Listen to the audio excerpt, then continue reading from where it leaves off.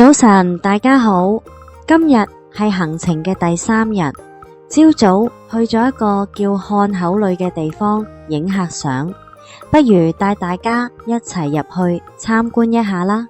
漢口里係一個仿古特色嘅建築，而入面有幅巨型嘅壁畫，係重現翻老漢口舊時嘅風貌，係一個新加坡藝術家同埋武漢呢面嘅畫家聯手打造。壁畫以清末民初嘅漢水碼頭為主題，作品既富有當地特色，又充滿咗藝術魅力，都幾值得過嚟打下卡嘅。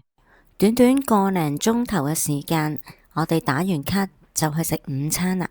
今日去呢間陰小城故事食午餐，呢碟烤鴨係我哋餐餐都差唔多有噶啦。呢碟叫做清蒸大白雕。呢啲甜品啦，炒雜菇又係餐餐都有噶啦。呢碟大盤雞，不過啲雞太碎啦，好多骨。呢碟紅燒肉鵪鶉蛋，睇佢啲色就知佢鹹啦。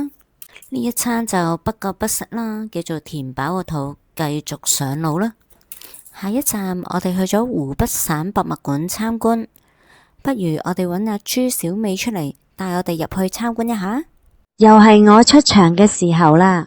等我介紹下湖北省博物館嘅4大鎮館之寶啦，分別有後縣人頭骨化石、越王勾踐劍、曾侯乙編鐘同埋元青花四愛陶梅瓶。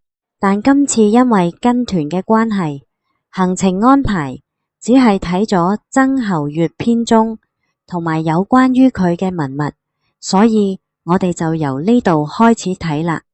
曾侯乙編鐘係1978年係湖北省隨縣隨州市曾侯乙墓中出土嘅一套編鐘，係屬於國家一級文物及首批禁止出境嘅展覽文物，亦係至今發現的古代編鐘中數量最多、規模最大、保存得最好、音律最全以及音域最廣嘅樂器，證明係春秋戰國時期中國已經有7聲音階及絕對音高的概念，表明周代嘅文化與科技已經達到一個好高嘅水準。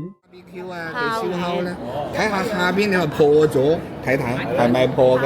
係啊，唔係㗎，係啲炭灰落咗氣㗎。因為如果底下係個時薪嗰啲炭係燒唔起嘅，個通氣㗎嘛，所以佢設計上面係有窿嘅，睇到未？啲木炭放喺上邊咧，啲火就快啲㗎嘛。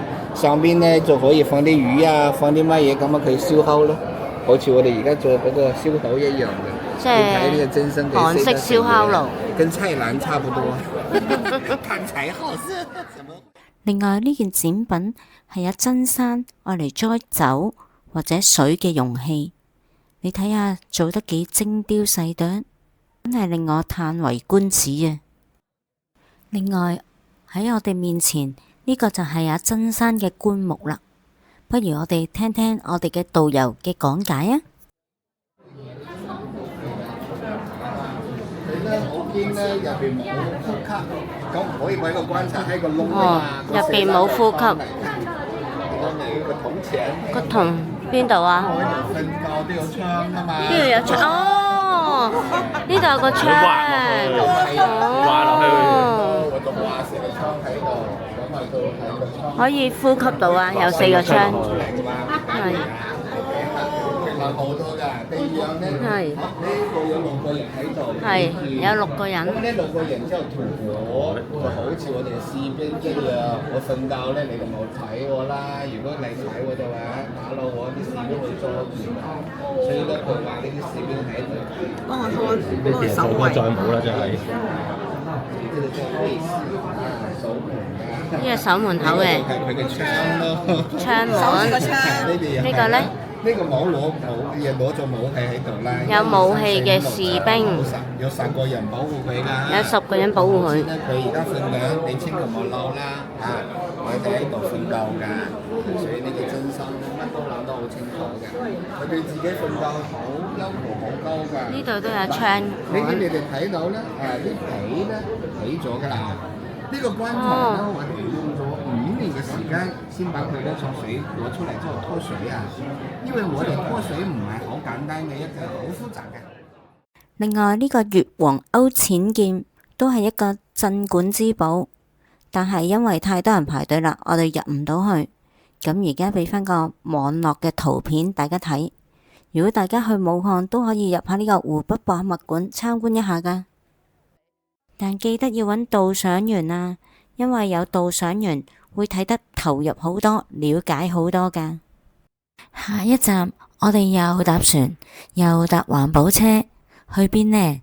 就係去呢個磨山嗰度睇櫻花啦。咁啊，從78支櫻花到而家，入邊已經差唔多有10萬幾棵噶啦啊！所以呢，等陣間呢，大家做呢個方向比較多櫻花嘅，但你記得嚇，因為個櫻花園呢係同果園園嘅，我哋等陣呢。東湖入面嘅磨山櫻園係世界3大賞櫻勝地之一，每年3月上旬至4月上旬，園內會有上萬株櫻花盛開，晚上更會有華麗嘅夜櫻燈光秀，建議大家3月中下旬過嚟就最適合啦。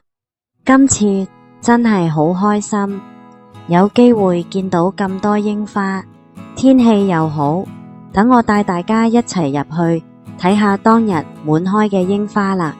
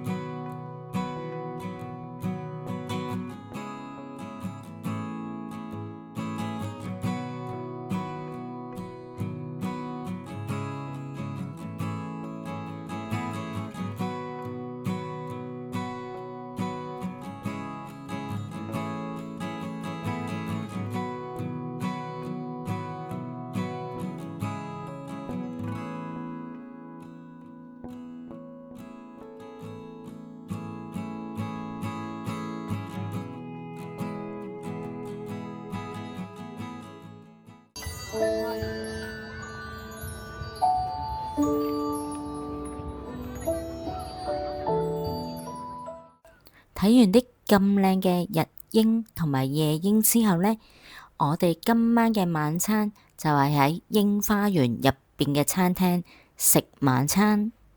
而呢個紅湖蓮藕排骨湯係湖北呢一邊嘅特產嚟嘅，咁佢呢個紅湖蓮藕就特別粉嫩嘅，好食啊呢個。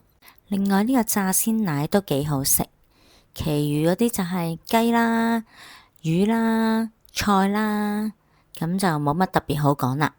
咁食飽飽，我哋都返酒店休息，又要預備聽日嘅行程啦。下一集我哋會去一個以鮮花做裝飾、有鐵路元素嘅網紅打卡地嗰度打卡。咁旅行社仲安排咗我哋喺櫻花樹下嗰度食一個下午茶，仲坐咗一個無人駕駛嘅單軌列車，仲有啲自由時間俾我哋行下步行街啦，揀下自己中意食嘅嘢食。